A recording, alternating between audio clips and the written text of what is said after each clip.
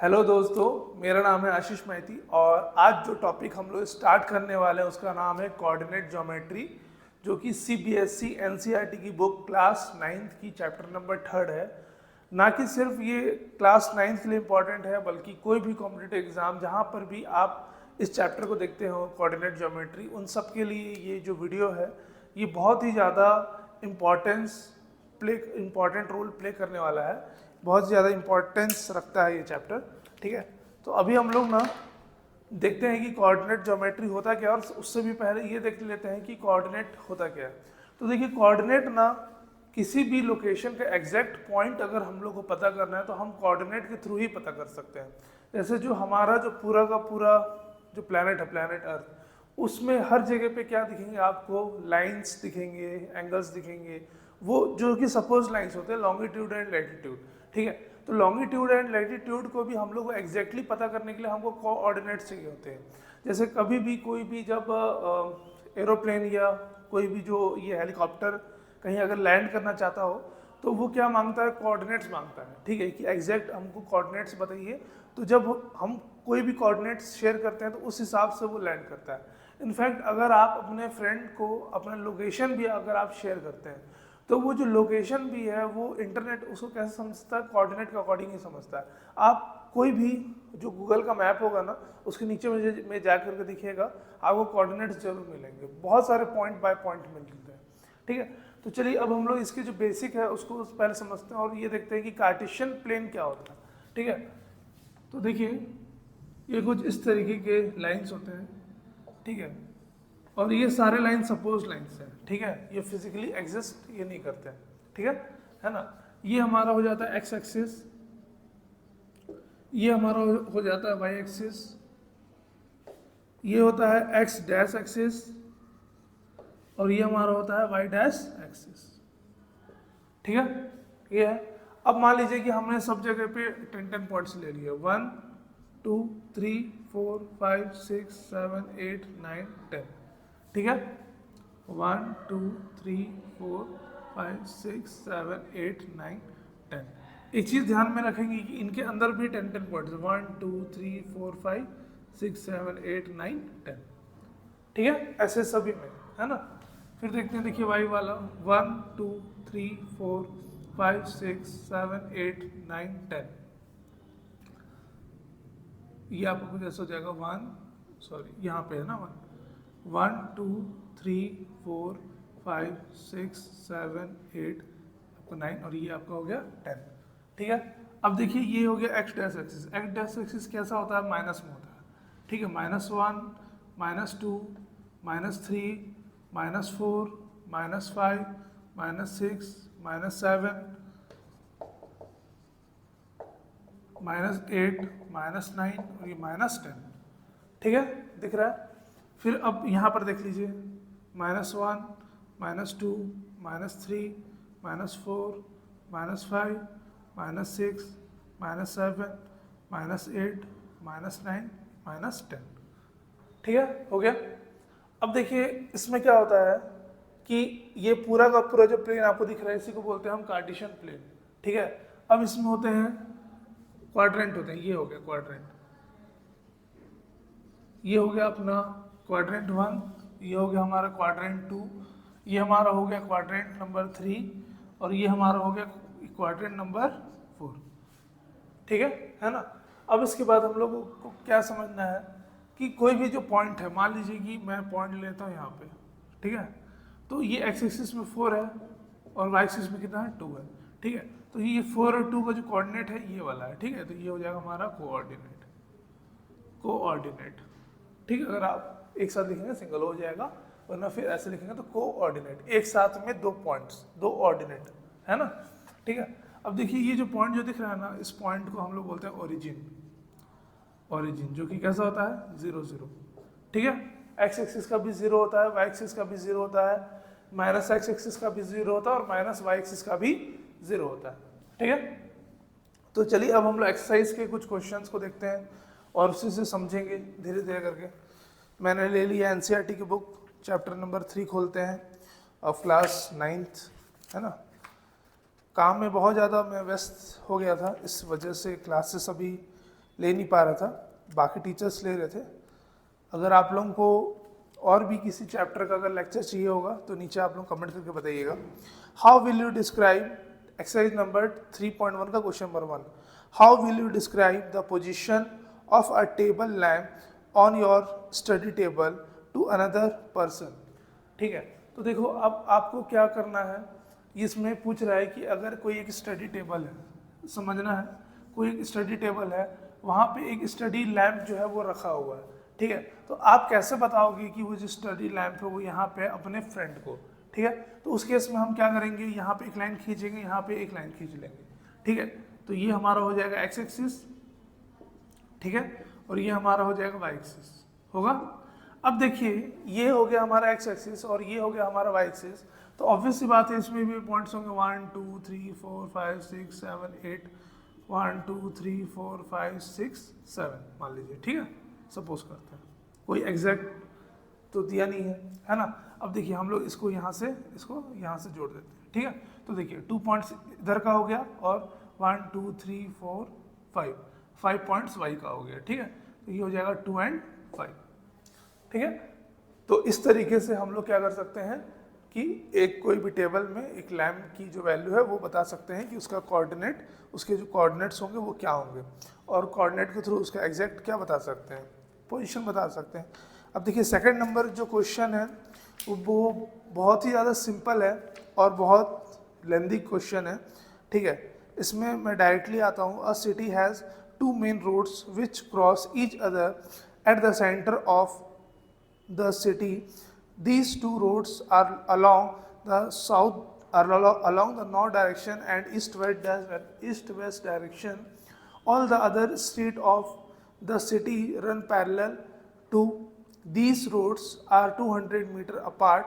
There are 5 streets in each direction. Using 1 centimeter is equal to 200 meters.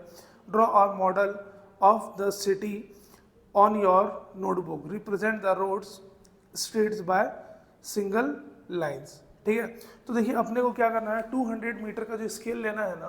ठीक है, यहाँ पे बोल दिया है 200 मीटर इज इक्वल टू कितना 1 सेंटीमीटर, यानी कि देखिए ये जो 1 सेंटीमीटर है इसको हम लोग कितना मान लेंगे 200 मीटर मान लेंगे। ठीक है, तो ये कितना हो गया 200 मीटर, ये हो गया 400 metre, 600 metre, 800 metre and so on. ठीक है, अब मैं डायरेक्टली जो क्वेश्चन पूछ रहा हूँ उसमें बोल रहा है how many cross streets can be referred as 4 and 3। ठीक है, तो देखिए इसमें ना सिर्फ एक ही स्ट्रीट होगा जो कि 4 और 3 के नाम से बताएंगे। क्यों? क्योंकि कोई भी जो कार्टेशियन प्लेन होता है ना उसमें कोई एक सिंगल कोऑर्डिनेट जो होता है वो एक ही बार होता है। ठीक है, तो इसका तो सेम ही होगा 4 and 3, वो बस एक ही बार होगा। How many cross streets can be referred as 3 and 4, इसका भी ओनली 1। ठीक है, सिर्फ एक ही है जो कि 3 and 4 को रिप्रेजेंट करेगा, वो खुद ही 3 and 4 ही है। ठीक है, तो ऐसे क्वेश्चंस ज़्यादातर एग्जाम में आते भी नहीं है। तो देखिए इसमें ऑलरेडी फिर से समझाया है कि क्वाड्रेंट 1, क्वाड्रेंट 2, क्वाड्रेंट 3, क्वाड्रेंट 4, जो कि ऑलरेडी आपका फ्रेंड जो है उसको समझा चुका है।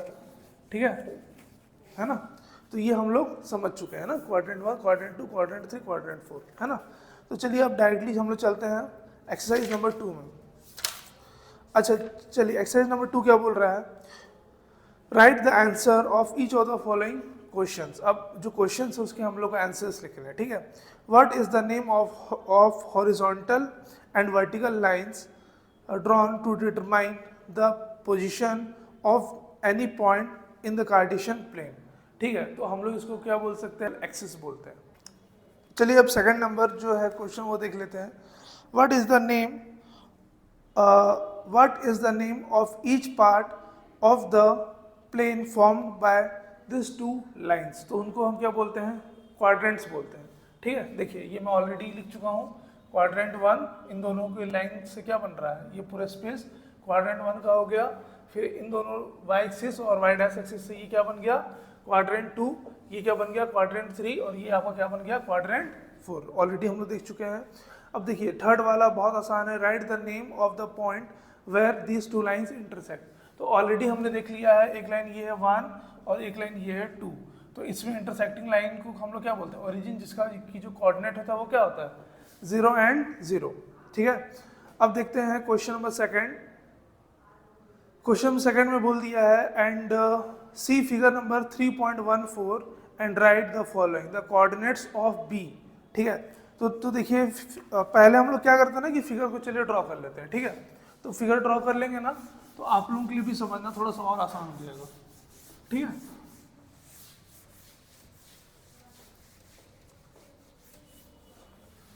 तो चलिए हम जल्दी से फिगर ड्रॉ कर लेते हैं। ये हमारा हो गया एक्स एक्सिस, ये हमारा हो गया वाई एक्सिस, ये हमारा हो गया एक्स डैश एक्सिस, और ये हमारा हो गया वाई डैश एक्सिस। ठीक है, बस 4 ही हैं और मैक्सिमम 6 नंबर तक है। ठीक है, चलिए 1 2 3 4 5 6, 1 2 3 4 5 6, 1 2 3 4 5 6, 1 2 3 4 5 और ये 6, 2 3 4 5 6, 1 2 3 4 5 6, -1 -2 -3 -4 -5 -6, -1 -2 -3 -4 -5 -6। ठीक है, और जो पहला जो दिख रहा है पॉइंट बी है -5 एंड डी। ठीक है, -5 एंड 2 ना,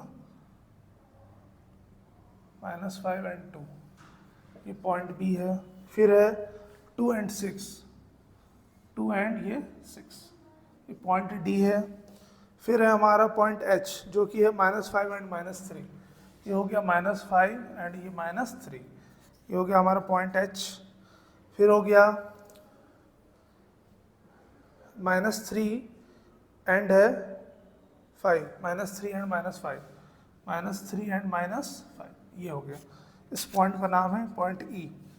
ठीक है, फिर है -4 एंड 2, -4 एंड ये 2। ठीक है, इस पॉइंट का नाम है हमारा जी।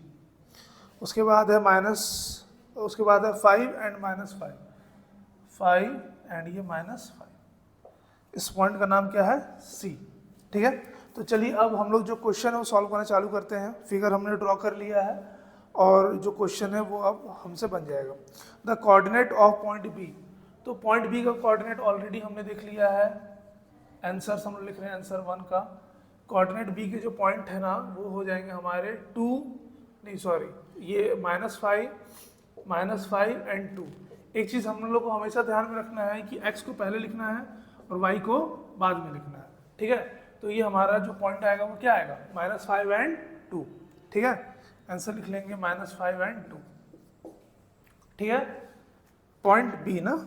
इसके बाद हो जाएगा सी का क्या है, फिर से हम लोग एक्स एक्सिस को देखेंगे। सी का है 5 एंड -5, ये तो ड्रॉ करते टाइम ही हमने देख लिया था। ठीक है, फिर आ जाते हैं थर्ड नंबर पे। थर्ड नंबर आपका बोल रहा है the points identify bye -3 and -5, तो -3 एंड -5 पॉइंट ई है। ठीक है, तो इसका आंसर हो जाएगा पॉइंट ई, पॉइंट ई लिख देते हैं। ठीक है, पॉइंट ई। इसके बाद फोर्थ नंबर में आ जाते हैं। फोर्थ नंबर देखिए आपको बोल रहा है the point identified by the coordinates 2 and -4, तो देखिए 2 एंड -4 वाला कौन सा है, पॉइंट जी है, तो ये हो जाएगा आपका पॉइंट जी। ठीक है, इसके बाद चलते हैं क्वेश्चन नंबर 5 में। The hibiscus of point D, तो पॉइंट डी कहाँ है भाई हमारा, पॉइंट डी ना। ठीक है, तो इसमें क्या बोल दिया है कि बस x का वैल्यू निकालना है। ठीक है, एबिस्कस मतलब क्या कि बस x का वैल्यू निकालना है, तो पॉइंट डी का x का वैल्यू कितना हो जाएगा 6 हो जाएगा। ठीक है, तो ये हो जाएगा 6 एंड 0, या फिर सिर्फ आप 6 भी लिख सकते हैं। ठीक है, एक ही वैल्यू पूछा है तो ये क्या हो जाएगा 6 हो जाएगा एक्स एक्सिस का। ठीक है, इसके बाद बोल दिया है the ordinate of point H, point H कहाँ गया, पॉइंट एच है ना। तो देखिए सिर्फ क्या बोल दिया है, ऑर्डिनेट बोला है, कोऑर्डिनेट नहीं बोला, यानी कि वाई एक्सिस का निकालना है। तो वाई एक्सिस का है हमारे पास यहाँ पे कितना -3। ठीक है, तो क्वेश्चन नंबर 6 का हो जाएगा ये -3 वाई एक्सिस का वैल्यू। ठीक है, पॉइंट एच का। इसके बाद देखिए 7th वाले में देखते हैं the coordinates of point L, तो पॉइंट एल का कोऑर्डिनेट है कहाँ है भाई एल हमने ड्रॉ नहीं किया क्या, पॉइंट एल। अच्छा, एल तो बस एक सिंगल ही है यहाँ पे है ना एल, ठीक है।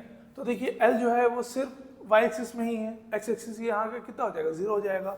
तो हम लोग बिल्कुल लिख सकते हैं 7th नंबर जो क्वेश्चन है उसका हो जाएगा आपका 0 एंड 5, 0 एंड 5, एक्स एक्सिस का 0, वाई एक्सिस का 5, ठीक है। इसके बाद लास्ट जो क्वेश्चन इस एक्सरसाइज का वो कैसा है, the coordinates of the point M. तो पॉइंट एम का कोऑर्डिनेट, पॉइंट एम कहाँ गया, पॉइंट एम छूट गया क्या कहीं, अच्छा पॉइंट एम यहाँ पे है, ओके। देखिए पॉइंट एम बस ये यहीं पे -3 में ही ये पॉइंट एम को रख लिया है जो कि एक्स एक्सिस में है। तो क्वेश्चन नंबर 8 क्या हो जाएगा, -3 एंड 0। तो देखा आपने, बस कोऑर्डिनेट चैप्टर खत्म। कितना सरल था और कितना आसानी से हमने इसको समझ लिया। अगर आपको फिर भी इस चैप्टर में कहीं पे कोई भी डाउट हो तो आप लोग नीचे कमेंट करके बता सकते हैं। Ashish sir will surely help you. आपको कहीं पर भी कोई भी प्रॉब्लम मैं आने नहीं दूंगा। और देखिए इस एक्सरसाइज को हमने कितने, बस 10 मिनट का काम था, इस एक्सरसाइज को पूरे हमने सॉल्व कर लिया विद डायग्राम। आपके पास तो बुक में डायग्राम है तो डायग्राम का भी टाइम नहीं लगेगा, बस 5 मिनट का एक्सरसाइज, ठीक है। तो बस कोऑर्डिनेट ज्योमेट्री जो चैप्टर था क्लास 9 में इतना ही था। मैं आशा करता हूँ कि ये वीडियो आपको बहुत पसंद आया और इस वीडियो को जैसे आप पहले प्यार देते हैं वैसे इस वीडियो को भी बहुत सारा आप लोग प्यार देंगे और बहुत सारा लाइक करेंगे, सब्सक्राइब भी करेंगे और शेयर भी करेंगे। Thank you. तो देखिए ये क्वेश्चन नंबर 8 और 6 का आंसर प्रॉपर्ली दिख नहीं रहा था, तो क्वेश्चन नंबर 8 का आंसर मैं यहाँ पे लिख देता हूँ। 8 का आंसर जो है वो है -3 एंड 0 और जो 6 का जो आंसर है वो है -3, ठीक है। बाकी एक्सप्लेनेशन तो हो चुका है आप लोगों का, ठीक है। Thank you again.